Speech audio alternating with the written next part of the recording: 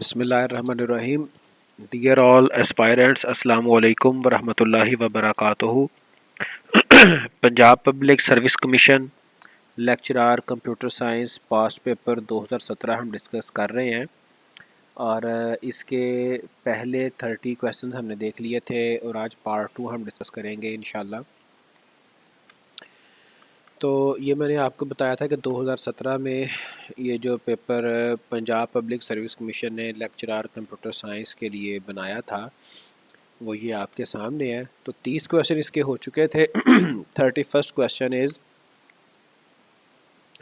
For each attribute of a relation. Attribute अब column को कहते हैं, ये हम प्रीवियस लेक्चर में भी हमने देखा था। There is a set of permitted values called the dash of that attribute. ऐसी वैल्यूज़ जो कि उस एट्रीब्यूट में अलाउड होती हैं, परमिटेड होती हैं, उसको क्या कहा जाता है?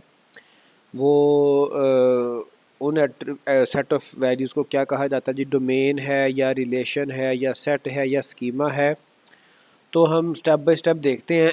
रिलेशन तो कहते हैं टेबल को, रिलेशनल डाटाबेसेस में रिलेशन टेबल को कहा जाता है। सेट तो किसी भी चीज़ का एक सेट हो सकता है।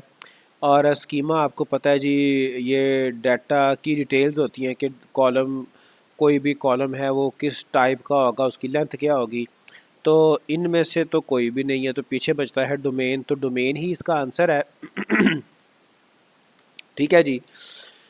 Domain is a set of values permitted, the values of the attribute should be present in the domain. जो भी वैल्यूज़ आपने किसी एट्रीब्यूट को असाइन करनी है, फ़र्ज़ करें रोल नंबर है या नेम है या एम्प्लॉय आईडी है या कुछ भी है, तो वो आपकी डोमेन में वो प्रेजेंट होनी चाहिए। मतलब डोमेन में वो परमिटेड अलाउड होनी चाहिए। अब आगे कुछ क्वेश्चन हैं डेटाबेस के जो कि फंक्शनल डिपेंडेंसीज और नॉर्मल फॉर्म्स के ऊपर डिपेंड कर रहे हैं। तो हम 32nd क्वेश्चन डिस्कस करने से पहले ये कुछ इम्पॉर्टेंट जो कॉन्सेप्ट्स हैं वो हम देखेंगे। Functional dependencies in DBMS is a relation, ताल्लुक बिटवीन टू और मोर एट्रीब्यूट्स। दो या दो से ज़्यादा एट्रीब्यूट्स कॉलम्स के दरमियान जो ताल्लुक है उसकी बेस पर फंक्शनल डिपेंडेंसी एग्जिस्ट करती है। अब इसकी डिफरेंट टाइप्स हैं। फंक्शनल डिपेंडेंसी है एक, फुली फंक्शनल डिपेंडेंसी है, पार्शियल डिपेंडेंसी है, ट्रांजिटिव डिपेंडेंसी है, मल्टी वैल्यूड डिपेंडेंसी। इनको अब हम देखते हैं। सबसे पहले functional dependency. If the information stored in a table can uniquely determine another information in the same table then it is called functional dependency. हम कंडीशन लगाते हैं, हम क्यूरी चलाते हैं, सेलेक्ट एस्ट्रिक फ्रॉम स्टूडेंट्स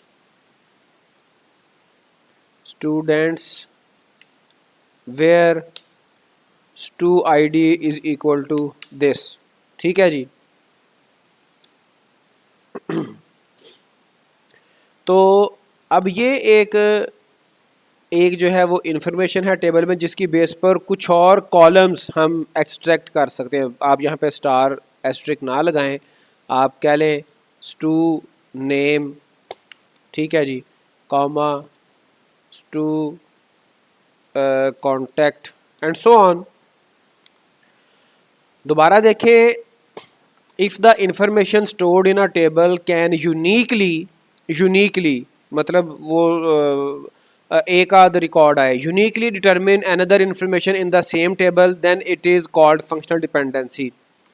तो ये जो BSCS 13 है, स्टू ID है या रोल नंबर है, इसके ऊपर बाकी इंफॉर्मेशन डिपेंड कर रही है, उसकी बेस पे इंफॉर्मेशन जो है वो डिटरमिन हो रही है। तो इसको हम फंक्शनल डिपेंडेंसी कहते हैं। Consider it as an association between two attributes of the same relation. दो एट्रीब्यूट्स के दरमियान एसोसिएशन होती है। स्टू ID है, इसकी दूसरे एट्रीब्यूट्स के साथ एसोसिएशन है। ठीक है जी। CNS determines name, parent age, ETC। जैसे यहाँ पर मैंने स्टू ID की बेस पर स्टू नेम और स्टू कॉन्टैक्ट डिटरमिन किया, तो ये functional dependency. If P functionally determines Q, then it is denoted as P determines Q. P को आप ये एरो साइन के साथ भी रिप्रेजेंट करते हैं कि पी क्यू को डिटरमिन कर रहा है, उसको वो समझ लें कि एक्सप्लेन कर रहा है, या उसको वो उसकी वैल्यूज़ को वो गेट कर रहा है। Okay, fully functional dependency, N attribute is fully functional dependent on another attribute if it is functionally dependent on that attribute and not on any of its proper subset। ठीक है जी, तो ये फिर फुली फंक्शनल डिपेंडेंसी कहलाएगी। अब यहाँ पर चूंकि प्रॉपर सबसेट की बात आ गई, इसका मतलब ये है, तो यहाँ से हमें ये समझ आ रही है कि प्रॉपर सबसेट से मुराद ये है कि अगर जो हमारे पास प्राइमरी की है जिसके ऊपर कहा जा रहा है कि जी वो किसी एक एट्रीब्यूट के ऊपर डिपेंडेंट हो लेकिन उसके प्रॉपर सबसेट पर ना हो, तो अगर जो प्राइमरी की है वो सिंगल अगर एट्रीब्यूट होगा तो उसका तो प्रॉपर सबसेट होगा ही नहीं। तो फिर अगर प्राइमरी की सिंगल एट्रीब्यूट है, सिंगल कॉलम है, तो फिर वहाँ पे डेफिनेटली ये फुली फंक्शनल डिपेंडेंसी एग्जिस्ट कर रही होगी। ठीक है, for example N attribute Q is fully functional dependent on another attribute P if it is functionally dependent on P and not on any of the proper subset of P। तो proper subset of P पर तब ही depend करेगा अगर P composite attribute है, यानी कि वो दो एट्रीब्यूट्स मिलके प्राइमरी की बन रहे हैं। Okay, next concept is partial dependency. Partial dependency occurs when a non prime attribute, जिसे नॉन की एट्रीब्यूट भी कहते हैं, is functionally dependent on part of a candidate की। तो वो प्राइमरी की के किसी पार्ट के ऊपर अगर वो डिपेंड कर रहा है तो फिर ये पार्शियल डिपेंडेंसी कहलाएगी, यानी कि फुल प्राइमरी की के ऊपर कैंडिडेट की के ऊपर वो डिपेंड नहीं कर रहा बल्कि किसी पार्ट के ऊपर डिपेंड कर रहा है, तो ये पार्शियल डिपेंडेंसी कहलाएगी। The second normal form eliminates the partial dependency, और जो सेकंड नॉर्मल फॉर्म है उसमें हमें पार्शियल डिपेंडेंसी को ख़त्म करना पड़ता है, तब वो नॉर्मलाइज होता है data. Next is transitive dependency. Transitive को सिंपली हम इनडायरेक्ट भी कह सकते हैं। When an indirect relationship causes functional dependencies it is called transitive dependency. इफ P determines Q and Q determines R is true, then P determines R is a transitive dependency. ये वाली जो dependency है ये एग्जिस्ट तो नहीं कर रही, ठीक है, एग्जिस्ट ये दो कर रही हैं, P determines Q and Q determines R, तो ये इनडायरेक्ट है, तो इसी इनडायरेक्ट को ट्रांजिटिव डिपेंडेंसी कहा जाता है। The third normal form 3NF eliminates the transitive dependency. Third normal form में हम ट्रांजिटिव डिपेंडेंसी को एलिमिनेट करते हैं, तब डाटा हमारा डाटाबेस हमारी नॉर्मलाइज होती है। ट्रांजिटिव के बाद आ जाती है जी multi valued dependency. Multi valued dependency occurs when two attribute in a table are independent of each other. दो एट्रीब्यूट्स हैं जो कि आपस में तो इंडिपेंडेंट हैं but both depend on a third attribute. ठीक है जी, a multi valued dependency consist of at least two attributes that are dependent on a third attribute, that's why it always requires at least three attributes. तो इसमें multi valued के लिए हमें कम अज़ कम तीन एट्रीब्यूट्स चाहिए होते हैं। इसकी कुछ कंडीशंस भी हैं, ठीक है जी, कब वो कोई टेबल मल्टी वैल्यू डिपेंडेंसी उसमें एग्जिस्ट कर रही होगी। For a dependency A determines B if for a single value of A multiple values of B exist. अगर ए के लिए दो वैल्यूज एग्जिस्ट कर रही हैं देन द टेबल में हैव मल्टी वैल्यू डिपेंडेंसी। ठीक है, तो पॉसिबल है कि उसकी मल्टी वैल्यू डिपेंडेंसी उसमें पाई जाए। Also table should have at least three column, तीन कॉलम भी हों। And for a relation R, capital R representing relation A B C उसके कॉलम है, R A B C, if there is a multi value dependency between A and B then B and C should be independent of each other. B और C आपस में independent होंगे तो multi value dependency ए और B के दरमियान अकर कर रही होगी। If these conditions are true it have multi value dependency, और multi value dependency is removed in fourth normal form. तो ये आपके फंक्शनल डिपेंडेंसीज थी। इसमें फुली फंक्शनल डिपेंडेंसी है, इसमें पार्शियल डिपेंडेंसी है, ट्रांजिटिव डिपेंडेंसी है, मल्टी वैल्यूड डिपेंडेंसी है। Question number 32, which of the following is a tuple generating dependencies? Functional dependency, equality generating dependency, multi value dependency, non functional dependency.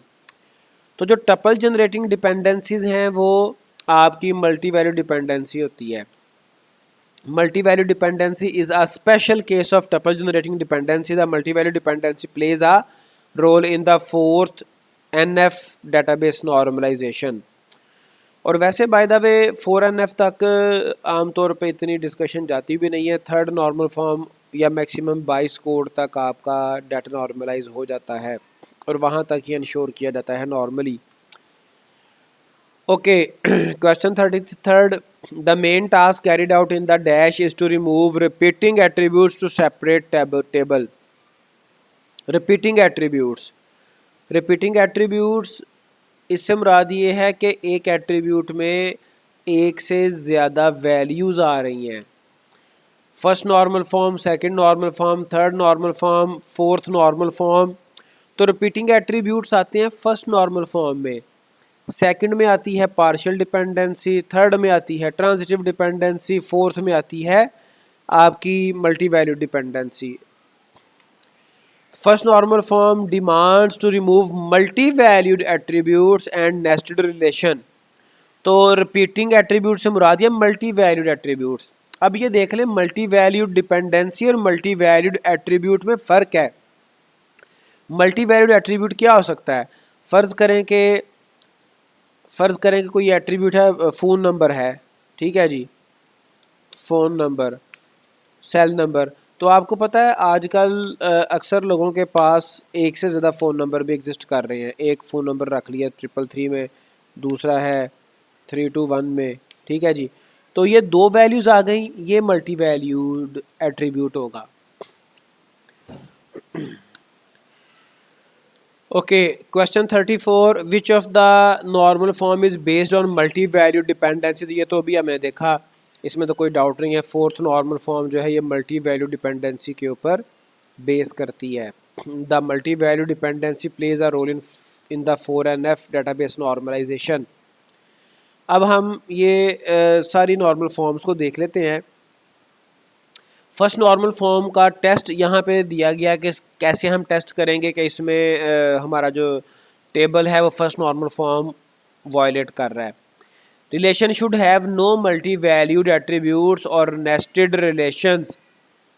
अगर तो multi valued attributes हैं या nested relation हैं तो फिर उसकी रेमेडी क्या है? फॉर्म न्यू रिलेशन, एक नया रिलेशन बनाए, नया टेबल बनाए for each multi valued attribute और nested relation.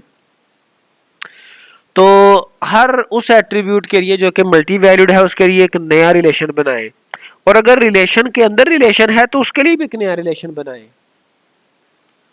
Second normal form for relation where primary key contains multiple attributes. अब ये देखिए, मैंने आपको बताया था पार्शियल जो है वो आपकी फंक्शनल डिपेंडेंसी। तो ऐसा रिलेशन जहाँ पर क्या है जी, primary key contains multiple attributes, composite attributes, ठीक है जी, वहाँ पर ये सिचुएशन बन सकती है। No non key attribute should be functionally dependent on a part of the primary key, ठीक है, it is called partial dependency, ठीक है जी।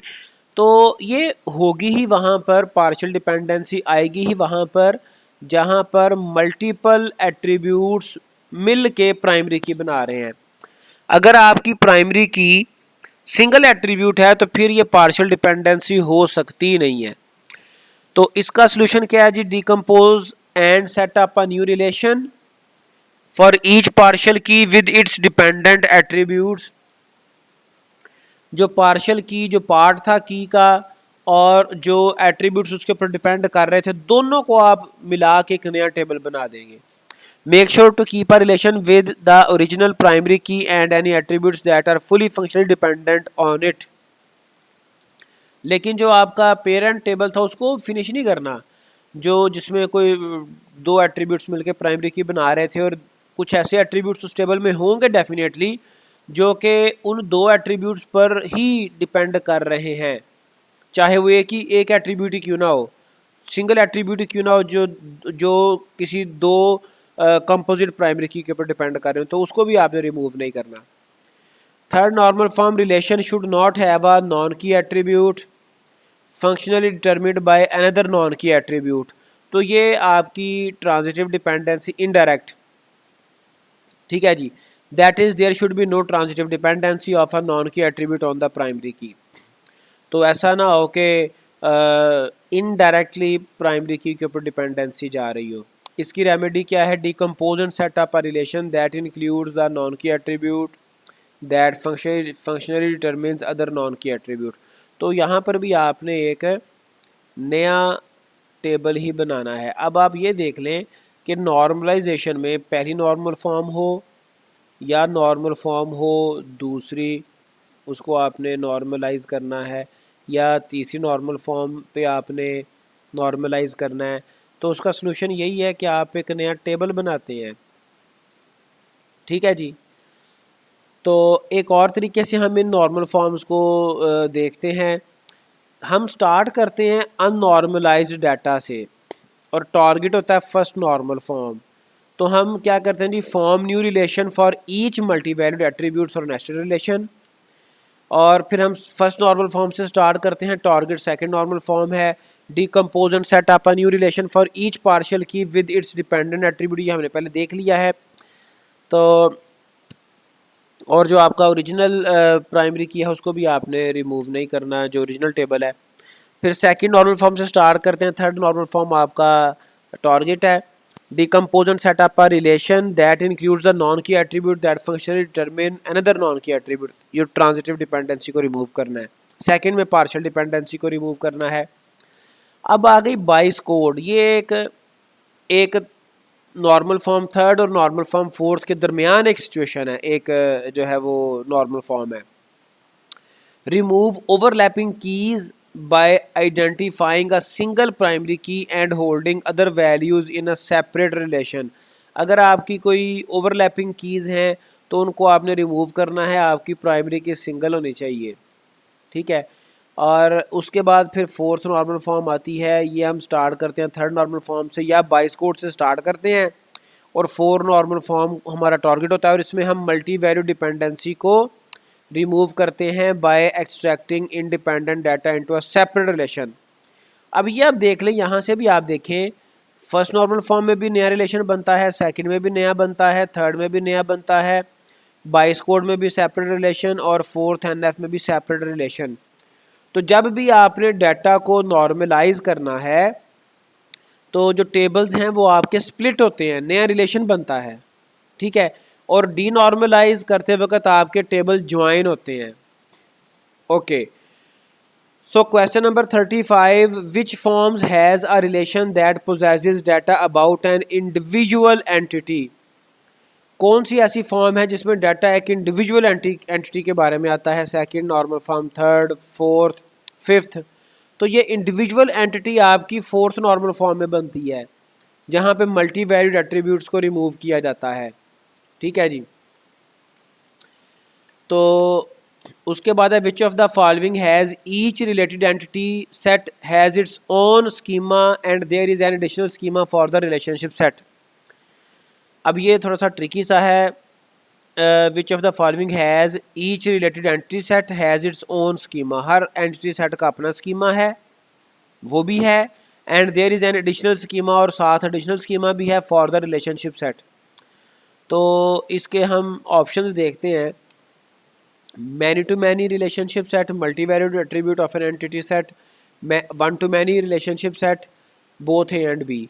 तो ये जो आपका many to many relationship set है, यहाँ पर हर रिलेशन का अपना स्कीमा भी एग्जिस्ट कर रहा होता है, और रिलेशनशिप के लिए एक एडिशनल स्कीमा भी एग्जिस्ट करता है, जिसको हम एक नए टेबल से ही रिप्रेजेंट करते हैं, नया टेबल ही बनाते हैं। To maintain schema of many to many relationships we use a concept called a joining table or a bridging table, ठीक है जी।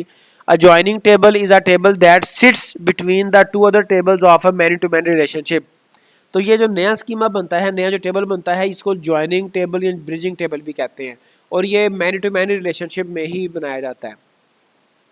Okay, question 37, in which of the following a separate schema is created consisting of that attribute and the primary key of the entity set.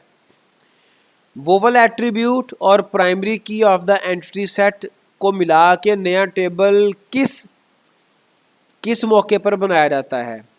ठीक है जी, many to many relationship में, multi valued attribute of an entity set में, one to many relationship में, both A and B. तो multi valued attribute जो होता है ना, जैसे मैंने आपको फ़ोन नंबर की एग्जांपल दी थी, ठीक है जी, ये फ़ोन नंबर, तो ये आपका मल्टी वैल्यूड एट्रीब्यूट था। ठीक है जी, तो यहाँ पर मल्टी वैल्यूड एट्रीब्यूट में आप क्या करते हैं, एक सेपरेट स्कीमा बनाते हैं, सेपरेट आप एक टेबल बनाते हैं। ठीक है जी, वो किन चीज़ों पर कंसिस्ट हो रहा होता है? कंसिस्टिंग ऑफ दैट एट्रीब्यूट, मतलब दैट एट्रीब्यूट कौन सा? हमारे एग्जांपल जो हमने डिस्कस की, phone number, and the primary key of the entity, primary की जो भी होगी वो रोल नंबर हो सकती है, कुछ भी हो सकती है। तो फ़ोन नंबर और प्राइमरी की को मिला के हम एक नया स्कीमा बनाते हैं, तो ये आपका होगा मल्टी वैल्यूड एट्रीब्यूट, इसका आंसर होगा। और मल्टी वैल्यूड जो एट्रीब्यूट है ये आपका फर्स्ट नॉर्मल फॉर्म में हम इसको रिमूव करते हैं। To satisfy the fourth NF, ये मिस्टेकनली यहाँ पे मल्टी वैल्यूड डिपेंडेंसी आ गया, तो ये एक्सप्लेनेशन मिस्टेकनली यहाँ पे आ गई है। तो मल्टी वैल्यूड एट्रीब्यूट में क्या करते हैं जी, form new relation for each multi valued attribute और नेस्टेड रिलेशन, और इसमें करते हैं हम ऐसे ही हैं कि वो जो आपका मल्टी वैल्यूड एट्रीब्यूट होता है उसको आप लेते हैं, ठीक है जी, और दैट एट्रीब्यूट जो मतलब जो मल्टी वैल्यूड एट्रीब्यूट है, और प्राइमरी की को आप साथ में लाते हैं और एक नया स्कीमा, नया टेबल एक बना लेते हैं। Question number 38, in second NF no functional dependency exist, no multi valued dependency exist, no partial functional dependency exist, no partial multi valued dependency exist. तो हमें पता है, अब तो चीज़ें आसान हो गई हैं। पहली नॉर्मल फॉर्म में मल्टी वैल्यूड आता है, मल्टी वैल्यूड एट्रीब्यूट उसको रिमूव करते हैं, मल्टी वैल्यूड एट्रीब्यूट पहली नॉर्मल फॉर्म, सेकंड में पार्शियल फंक्शनल डिपेंडेंसी, थर्ड में ट्रांजिटिव डिपेंडेंसी, फोर्थ में मल्टी वैल्यूड डिपेंडेंसी। ठीक है जी, फर्स्ट में मल्टी वैल्यूड एट्रीब्यूट है, तो सेकंड में पार्शियल फंक्शनल डिपेंडेंसी को रिमूव किया जाता है। For relation where primary key contains multiple attributes, no non key attribute should be functionally dependent on a part of the primary की, that is partial dependency, इसको second normal form में remove किया जाता है। 39 dash can help us detect poor ER design, database design process, ER design process, relational schema, functional dependencies. तो अभी हमने functional dependencies पढ़ी हैं, इन्हीं की बेस पे हम देखते हैं कि हमारी डेटाबेस का डिज़ाइन पुअर तो नहीं है, उसको हम प्योर करने के लिए फिर नॉर्मलाइजेशन करते हैं। Functional dependency avoids data redundancy where same data should not be repeated at multiple locations in same database. It maintains the quality of data in database. It allows clearly defined meanings and constraints of databases. It helps in identifying bad designs. तो functional dependency poor ER design को remove करने के लिए, detect करने के लिए use की जाती हैं। Question 40, build and fix model. अब यहाँ से पहले तक डेटाबेस था, यहाँ से अब सॉफ्टवेयर आ गया, software engineering. Build and fix model is suitable for programming exercises of dash line of code 100 to 200, 200 to 400, 400 to 1000, above 1000। तो जो बिल्ड एंड फिक्स मॉडल है ये, इसमें कोई लंबी चौड़ी प्लानिंग वगैरह कुछ भी नहीं होता, ये छोटा सा छोटे छोटे लाइन ऑफ कोड लिखने के लिए यूज़ होता है। तो ये 100 to 200 लाइन ऑफ कोड के लिए सूटेबल है। In build and fix model the product is constructed with minimal requirements, no specification और design, and testing is also neglected. Requirements भी मिनिमल सी देखी जाती हैं, स्पेसिफिकेशन भी कोई नहीं होती, डिज़ाइन भी नहीं बनाया जाता, टेस्टिंग भी नहीं होती। It is suitable for small projects and programming exercises of 100 to 200 lines. छोटी छोटी असाइनमेंट, छोटे छोटे प्रोग्रामिंग के जो आपकी एक्सरसाइजेज होंगी उनके लिए ये आपका मॉडल सूटेबल है। ठीक है जी। Okay, question 41, what is the best way to represent the attributes in a large database? Relational and, ये पेपर में ऐसे ही था, concatenation, dot representation, all of the above. तो इसका जो आंसर है ये है कंकैटिनेशन। जो टेबल का नेम है उसको एट्रीब्यूट के नेम के साथ कंकैट किया जाता है, कंकैटिनेटिंग रिलेशन विद एट्रीब्यूट। जैसे student dot roll number, student relation का नेम है, रोल नंबर ये एट्रीब्यूट का नेम है, तो इसको कंकैटिनेट किया गया। कंकैटिनेट करने के लिए डॉट ऑपरेटर यूज़ किया गया। Okay, 42, designers use which of the following to tune performance of systems to support time critical operations? Time critical जो आपके रियल टाइम जो ऑपरेशंस होते हैं। Denormalization, redundant optimization, optimization, realization. तो अब ये भी डेटाबेस से रिलेटेड क्वेश्चन है। तो टाइम क्रिटिकल ऑपरेशंस को परफॉर्म करने के लिए हमें डीनॉर्मलाइजेशन करना पड़ती है। रीज़न इज़ दैट कि जब आप नॉर्मलाइजेशन करते हैं तो हमने देख लिया किसी भी नॉर्मलाइजेशन प्रोसेस में हम नया टेबल बनाते हैं। जब हम टेबल्स बढ़ाते जाएंगे, स्प्लिट करते जाएंगे, तो परफॉर्मेंस अफेक्ट करेगी, आपको ज्वाइन ज़्यादा लगाने पड़ेंगे। ठीक है, तो उन ज्वाइंस से आपकी जो परफॉर्मेंस है वो किसी हद तक, डाटा तो रिडंडेंट नहीं रहता, डाटा तो आपका मतलब कंसिस्टेंट हो जाता है और रिडंडेंट नहीं होता, आपकी स्पेस कम हो जाती है और डाटा सिंगल टाइम एग्जिस्ट कर रहा होता है, लेकिन उसकी परफॉर्मेंस बहरहाल अफेक्ट होती है। तो फाइन ट्यूनिंग के लिए सम टाइम डीनॉर्मलाइजेशन करना पड़ती है। Denormalization can improve performance by minimizing the need for joins and reducing the number of tables. तो डेफिनेटली हमने देखा कि नॉर्मलाइजेशन में नंबर ऑफ टेबल बढ़ रहे थे, तो डीनॉर्मलाइजेशन में नंबर ऑफ टेबल कम होंगे। ठीक है, जब टेबल कम होंगे तो ज्वाइनिंग भी कम करनी पड़ेगी। 43, RAD stands for relative application development, rapid application document, none of. तो रैपिड एप्लीकेशन डेवलपमेंट इसका जो है ना वो जो फुल फॉर्म है। Which of the following model is not suitable for accommodating any change? तो ये तो बड़ी कॉमन सी बात है, वाटरफॉल मॉडल जो है ना ये चेंज को अकोमोडेट करने के लिए नहीं है। वाटरफॉल मॉडल उसी वक्त सूटेबल है, उसी वक्त यूज़ किया जाना चाहिए जब रिक्वायरमेंट्स स्टार्ट पे ही 100% पता है।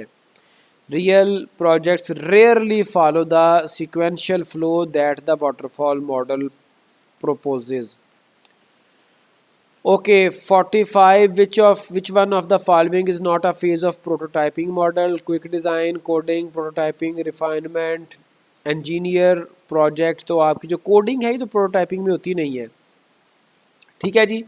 अब prototyping model generates only a working model of a system, ये सिर्फ एक प्रोटोटाइप बनाता है, मतलब वो उसका एक मॉडल बना देता है, वर्किंग मॉडल बनाता है, उसको एक्चुअल सॉफ्टवेयर तो नहीं होता लेकिन उसकी एक समझ लेके डमी बना देता है। तो इसमें कहीं पे भी कोडिंग का कॉन्सेप्ट नहीं आता, फेजेस अगर आप इसके देख लें तो। 46 है, रैड मॉडल हैज़ 2 फेजेस, 3, 4, 5, 6। तो इसके 5 फेजेस होते हैं। कौन कौन से?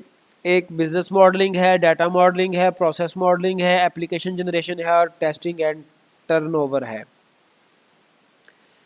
तो 47 question, what is the major drawback of using RAD model?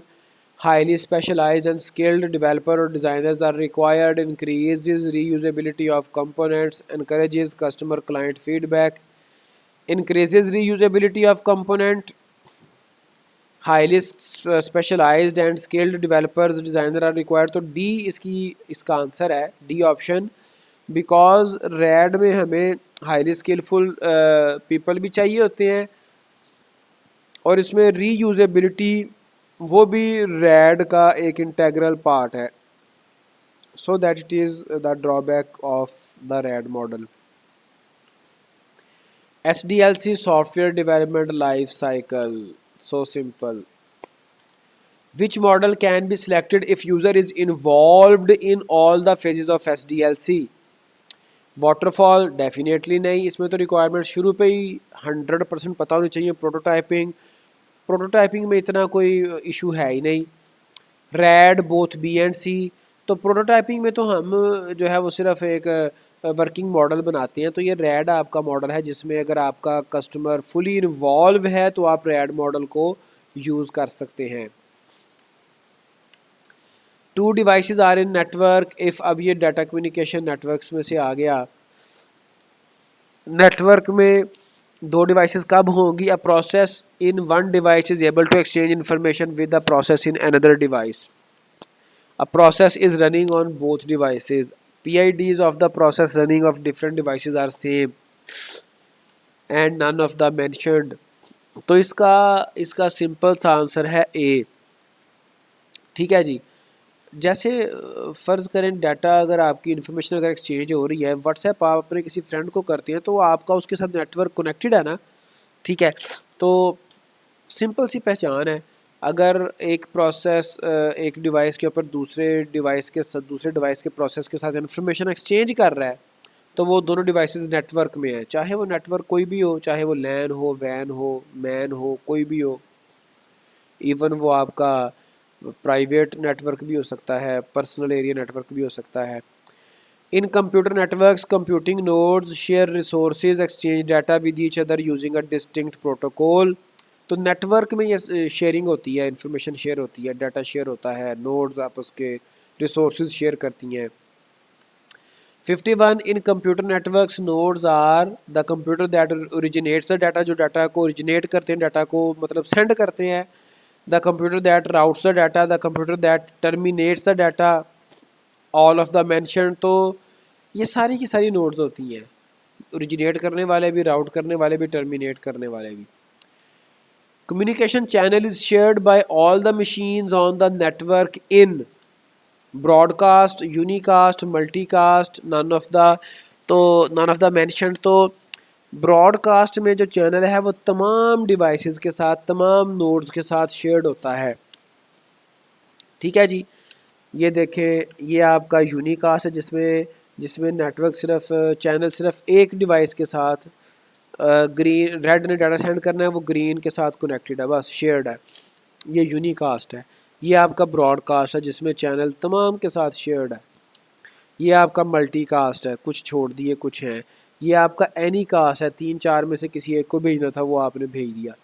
और ये आपका जियो कास्ट है, किसी ख़ास लोकेलिटी में भेजना है, किसी ख़ास यू कैन से कंट्री में, किसी ख़ास एरिया में। In a broadcast network, information is sent to all stations in a network, whereas in a multicast network, the data or information is sent to a group of stations in the network. In unicast network, information is sent to only one specific station. तो ये 53 है। Bluetooth is an example of personal area network, local area network, virtual private network, none of the mention. तो personal area network तो नहीं है ये, sorry local area network तो ये नहीं है, ये पर्सनल एरिया नेटवर्क कहलाएगा। ठीक है जी। चूँकि ब्लूटूथ है, पर्सनल है, आप किसी के साथ जिसको अलाउ करते हैं उसी के साथ आप नेटवर्क बना रहे हैं। लोकल एरिया नहीं है, लोकल एरिया में तो ऐसा नहीं होता, पर्सनल नहीं होता। Bluetooth is a wireless technology used to create a wireless personal area network for data transfer up to a distance of 10 meters approximately. Okay, 54. A dash is a device that forwards packets between networks by processing the routing information included in the packet. Bridge है, firewall है, router है। तो ये तो इसके नाम से जाहिर है क्वेश्चन से कि ये आपका राउटर है। Router is a networking device that forwards data packets between computer networks. Routers perform the traffic directing function on the internet just like traffic warden, which direct the traffics on the roads, and this router is just representing the traffic warden over the internet. They make use of routing protocols like RIP to find the cheapest path to the destination. RIP for routing information protocol. So Next question is 55. A list of protocols used by a system. One protocol per layer is called protocol architecture, protocol stack, protocol suite. None of the mentioned. So that is protocol stack. A protocol stack refers to a group of protocols that are running concurrently, जो इकट्ठे चल रहे हो, that are employed for the implementation of network protocol suite. वो एक पूरे network के protocol suit के तौर पे इम्प्लीमेंट हो रहे हो. Each layer in the network model has to use one specific protocol. तो हर एक लेयर के ऊपर कम अज़ कम एक स्पेसिफिक प्रोटोकॉल रन हो रहा हो, तो that is called protocol stack. Network congestion occurs in case of traffic overloading, when a system terminates, when connection between two nodes terminates, none of the mentioned. तो congestion कहते हैं जब कोई चीज़ें ओवरलोडेड हो जाती हैं. ठीक है, तो ये ट्रैफिक ओवरलोडिंग इसका आंसर है. Network congestion occurs when traffic in the network is more than the network could handle. Congested हो गया. ठीक है जी. Okay, which one of the following extends a private network across public network, local area, virtual private network, enterprise private network? तो that is virtual private network जो कि extend करता है public networks. A virtual private network extends a private network across a public network and enables users to send and receive data across shared or public networks as if their computing devices were directly connected to the private network. तो ये इसका answer B है, virtual private network. 58. The network layer concerns with, आपको पता है इसके जो layers हैं आपकी application, presentation, session, transport, network उससे अगली है network, data link layer and physical layer. Network layer concerns with bits. Bits आपके फिजिकल लेयर पे होते हैं. Frames, packets, none of the mentioned, तो इसका आंसर है पैकेट्स. अब हर लेयर पे क्या क्या आता है ये देख लें. In computer networks the data from the application layer पर डाटा होता है, is send to the transport layer and is converted to segment. मतलब ट्रांसपोर्ट लेयर पे सेगमेंट होते हैं. These segments are then transfer to the network layer and these are called packets. तो network layer पे आते हैं पैकेट्स.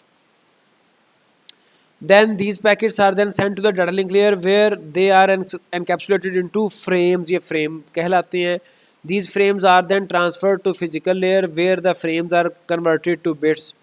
तो physical layer के ऊपर bits आ जाती हैं. तो ये आप देख लें, फिजिकल पे बिट्स हैं, डाटा लिंक लेयर पे फ्रेम्स हैं, नेटवर्क पे पैकेट्स हैं और ट्रांसपोर्ट लेयर पे सेगमेंट्स हैं और एप्लीकेशन लेयर पे डाटा है. 59. Which one of the following is not a function of network layer? Routing, internetworking, congestion control, error control. Answer है इसका error control. ये इसका फंक्शन नहीं है. In the OSI model, network layer is the third layer and it provides third से मुराद ये कि पहली फिजिकल है, डाटा लिंक लेयर है, तीसरी जो है नेटवर्क लेयर है. Is the third layer and it provides data routing path, internetworking and congestion control for network communication. Error control is a function of the data link layer and the transport layer. तो ये data link layer और transport layer का function है error controlling. तो ये इंशाल्लाह ताला हम नेटवर्क कोर्स जब शुरू करेंगे उसमें हम ये चीज़ें डिटेल से देखेंगे इंशाल्लाह. And 60 question. The 4 byte IP address consist of network address, host address, both A and B, none of the mention. तो डेफिनेटली IP एड्रेस में दोनों एड्रेस आते हैं, नेटवर्क का भी और होस्ट का भी. ठीक है जी. An IP address which is 32 bit long, that means it is a 4 byte and is compose of network and host portion. तो अब IPv4 और IPv6 भी आ गया है. ठीक है जी. IPv4 32 बिट है और जो IPv6 है वो 128 बिट है. 1981 में डिप्लॉय हुआ था IPv4, 1998 में IPv6 आ गया. ये 32 बिट है 4 और ये 128 बिट है. और IPv4 4.3 billion addresses, unique addresses ये असाइन कर सकता था, जबकि IPv6 128 bit 7.9 multiplying by 10 power 28 addresses ये असाइन कर सकता है. अब ये इसको ऐसे समझना बड़ा मुश्किल है. तो ये देखें, ये है 4.3 बिलियन. कितने ज़ीरो हैं? 3 3 6 780 हैं, 80। और यहाँ पे आपके 79 के साथ 27 ज़ीरोज़ हैं। ठीक है जी। तो ये डिफरेंस है IPv4 में और IPv6 में। IPv6 बहुत ज़्यादा डिवाइसेस को एड्रेसेस असाइन कर सकता है। फिर IPv4 को हम डॉट के साथ सेपरेट करते हैं, डॉट के साथ। ठीक है जी। और ये देखें डॉट, ये डॉट, ये डॉट। और जो IPv6 है इसको हम कॉलन के साथ सेपरेट करते हैं। और इसमें जो वैल्यूज़ आती हैं ये हेक्साडेसिमल होती हैं। ठीक है जी, हेक्साडेसिमल। और 5 है, ये भी हेक्सा का है। आपको पता है जो एक हेक्साडेसिमल है वो 4 बिट लेता है। तो 4 4 4 4 16 बिट एक सेगमेंट के। ठीक है जी। तो 16 32, 32 और 16 48 और 16 64।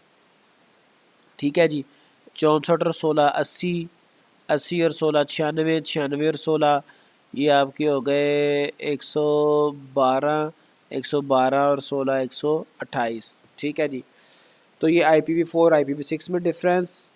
तो पेपर हमारा अभी इंशाल्लाह कंटिन्यू रहेगा। अभी इसके 60 क्वेश्चंस हो गए हैं, बाकी इंशाल्लाह ताला नेक्स्ट सेशन में इसको मुकम्मल करेंगे। Meanwhile take care,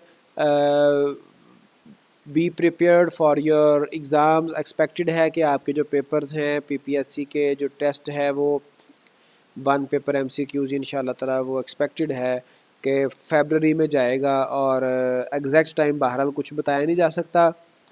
anyway take care, be prepared. अल्लाह हाफिज़।